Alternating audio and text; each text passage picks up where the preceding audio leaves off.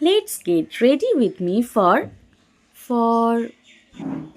আরে ভাই কোনো কারণ নেই, আমি যাচ্ছিলাম ফোনে স্ক্রিন গার্ড লাগাতে, তাই রেডি হচ্ছিলাম আর ভাবলাম একটা ভিডিও বানিয়ে নিই।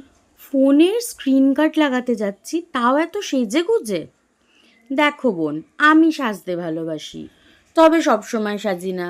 জিনিসপত্রের এত দাম, সব যদি আমি আমার নিজের মুখেই তুপে নিই তাহলে কিভাবে ক্লায়েন্টকে সাজাবো, তাই না? তাছাড়া দামি দামি প্রোডাক্টগুলো দিয়ে সাজার থেকে ওইগুলোকে বেশ সাজিয়ে রেখে দেবো, ওইগুলো দেখতে আমার বেশি ভালো লাগে।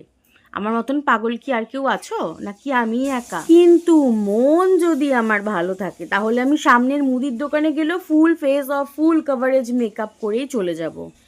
আর ল্যাজ যদি লাগে তাহলে আমি শুধু ময়শ্চারাইজার মেখেও বিয়ে বাড়ি চলে যেতে পারি। সবটাই মুডের উপর ডিপেন্ড করছে আর কি। আজ মনে হলো একটু সাজুগুজু করি, বেশি কিছুই করিনি। আমার ডার্ক সার্কেলের মধ্যে ছোট্ট ছোট্ট দুটো চোখ, সেইগুলোকে যাতে দেখা যায় তাই একটুখানি কনসিলার লাগিয়েছি। আইব্রোর মধ্যে থাকা অসংখ্য গ্যাপগুলোকে একটু ফিল ইন করেছি, মাস্কারা আর ফুল ফেসে একটুখানি কম্প্যাক্ট পাউডার লাগিয়েছি, ব্যাস। ও, একটা নিউড ব্রাউন শেডের লিপস্টিকও লাগিয়েছি, কিন্তু হালকা করে। আর তারপরে একটু আঙুল দিয়ে এটাকে স্মাচ করেও দিয়েছি। আমি রেডি। এবার শুধু নাইটিটা চেঞ্জ করে একটা কুর্তি পরে নেবো। শীতকাল, তাই একটা সোয়েটার। ও, আমি তো চুলটাই বাঁধিনি।